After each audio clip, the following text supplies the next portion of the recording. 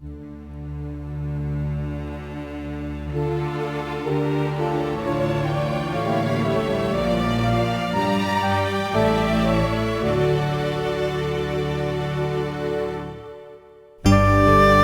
land of the morning calm, the blue sky, and the clear sea, where the mountains and plains have a different appearance every season, Korea. 100 years ago, however, Korea's sovereignty was threatened by the invasion of Japanese imperialism and Western powers, and the Korean people were afraid of war and conflict.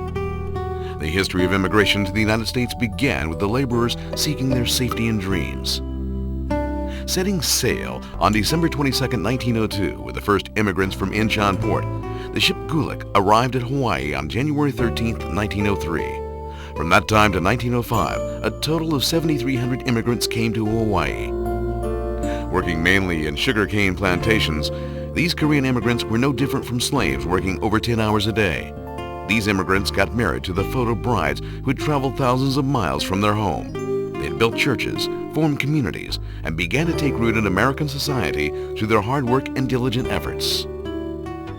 During this time in Korea, there was a movement to build a modern nation through educational, media, and industrial and enlightened people movements in order to recover from the nationwide threat. There arose righteous armies of voluntary civilians who had been formed to fight the brutality and injustice of the invasions. These righteous armies fought against the Japanese invasion for the next 20 years. However, these righteous armies could not prevent the Japanese from seizing control of Korean national sovereignty. With the expiration of their contract in Hawaii, the Korean-American immigrants started to move to California and other North American regions. An Chang-ho, who came to the United States to study, created an organization to help the settling of Korean immigrants. The first Korean organization to be formed in North America was the Korean Fellowship Society, founded in September 1903. With the salient progression of Japanese invasion, the Korean-American immigrants formed the first organization in the United States to protest against Japan. Even the Gonglip Association formed in San Francisco in April of 1905. With the news of the Protection Treaty being forced back home and the Korean government losing diplomatic privileges, the movements of the Gonglip Association started to become stronger. The Gonglip Association had formed 9 branches in the western United States to organize an international regiment of Koreans' pro-Japan movement worldwide. It also formed branches in the maritime territory of Siberia, Russia, in 1908. The Gonglip Association also sent An Chang-ho to Korea in June of 1907 to form the secret society called Shinmin-ha and systemize the movement for Korean independence. The Gonglip Association had also formed the independence movement base outside of Korea and had attempted to recover Korean national sovereignty. For this goal, the Gonglip Association had formed the Korean independence movement bases in Manchuria, the maritime territory of Russia, Hawaii, America, and Mexico, using Korean societies in these regions. During this time, the Gonglip Association member Jung Myung-woon and United Patriotic member Jang In-hwan performed the heroic deed of assassinating the diplomatic advisor of the Empire of the great Han Daram W. Stevens at Perry Wharf on March 23, 1908. Stevens was collaborating with the Japanese government in Japan's invasion of Korea. The shot was a sign that started the heroic fight to punish the Japanese invaders, and it was soon followed by the patriotic deeds of An Jung-gun and Lee Jae-myung. This heroic deed also stimulated the will and the unity of Koreans worldwide and had a great effect in the overall Korean independence movement. Jang In-hwan had stated in court, "I would rather die and become a free soul than to live and be a slave." This statement showed the spirit and the will of the Korean people seeking their independence. Since then, the unity of Korean-American immigrants to protest against Japan became greater. The unification of many organizations in the United States and Hawaii. The Gonglip Association had grown into a Korean National Association on February 10, 1910. The Korean National Association had become the largest and the greatest unified independence movement organization of Korean-American immigrants, and began to form a network to connect the independence movements of Koreans worldwide. Starting with the foundation of the Korean Youth Military Academy in Hastings, Nebraska in June of 1909, the Korean National Association had constructed military academies in North America, Hawaii, and Mexico. In these academies, many teenagers had been trained in their strong physical abilities as well as their mind to love Korea. With Japan's annexation of Korea taking place on August 29, 1910, the Korean National Association constructed Independence Force bases and began focusing on training commanders for the Independence War. In June of 1914, the Korean National Brigade was formed in Hawaii, and the Great Korean National Military Academy was established.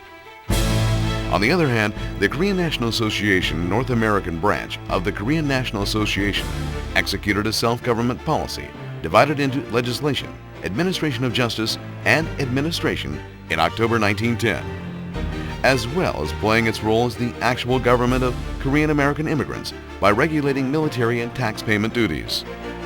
In November of 1912, the headquarters of the Korean National Association declared itself as the supreme overseas Korean organization in the world. In the beginning of the March 1st movement in 1919, the Korean National Association had decided to participate in the independence movement and carried out an independence movement fundraiser throughout the United States. In Independence Hall, located in Philadelphia, the first Korean Congress was held under Soje-Pil's leadership, hence solemnly declaring Korea's independence and stirring up public opinion in American society. With the establishment of the Korean provincial government in Shanghai, China by overseas Koreans after the March 1st movement, the Korean leaders in America such as Ri Sig-mun, An Chang-ho, Soje-Pil, and Pak Young-man had also participated in that government.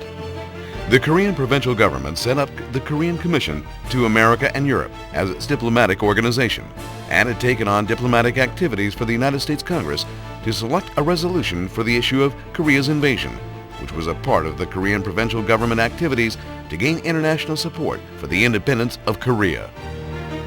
The Korean provincial government established the Korean Aviation Corps in Willows, California, which was the predecessor to the Korean Air Force.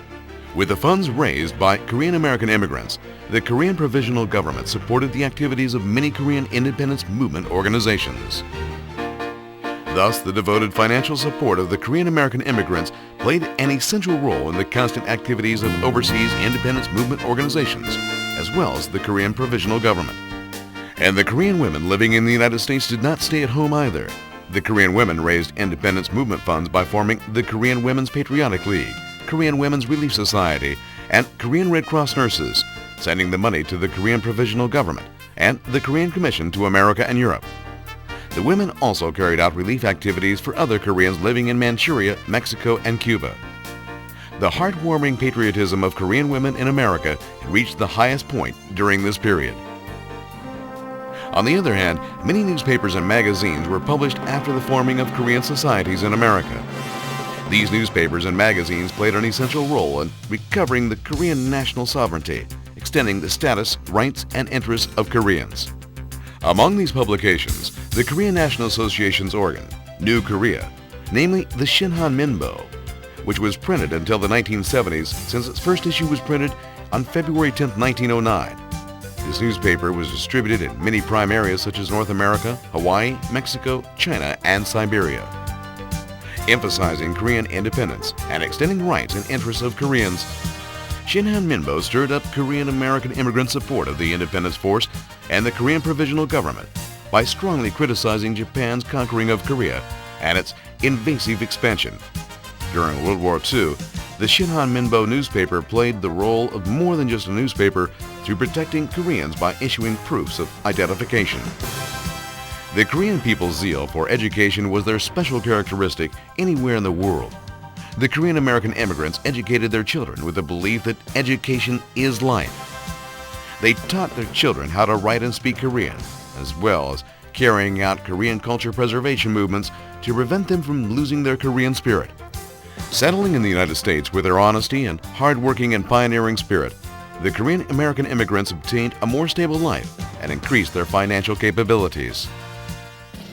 On the March 1st Memorial Day and August 29th National Humiliation Day of each year, Koreans gathered and held a ceremony to vouch for their unity and resolution for independence. They performed Korean traditional dances and music and sang the Korean national anthem on these occasions. Looking at Korean American immigrants' love for the Korean national anthem, An Ik-tae wrote a symphony called Korea Fantasy using his new national anthem music and dedicated this new national anthem to Korean society. The Korean American immigrants like to sing this new national anthem. Being well aware of Japan's strong expansionism, Han Gil-soo and other Koreans continually warned about the Pacific War. And when the war broke out, they started the United Korean Committee in America by uniting the many independence movement organizations. They also founded the California Korean Reserves in April of 1942 to support the United States war. And with the Korean flag raising ceremony in the Los Angeles City Hall on the Korean National Humiliation Day of 1942, they demonstrated the will of Korean independence once again.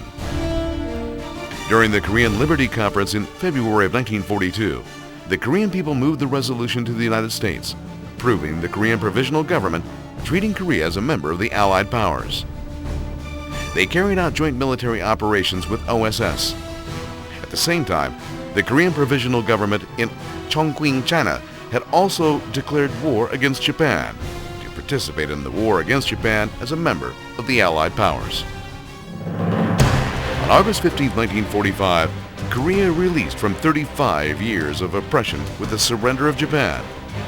The strong will and sacrifice for independence of the Korean-American immigrants will be remembered forever. With their challenge and indomitable spirit, the Koreans had contributed unmeasurably, sacrificed uncountably for their fatherland, and also became good American citizens. Their diligence, cooperation, and dedication to the greater cause are a spiritual heritage of Korean people in America and became the foundation for the brighter future of both Korea and America.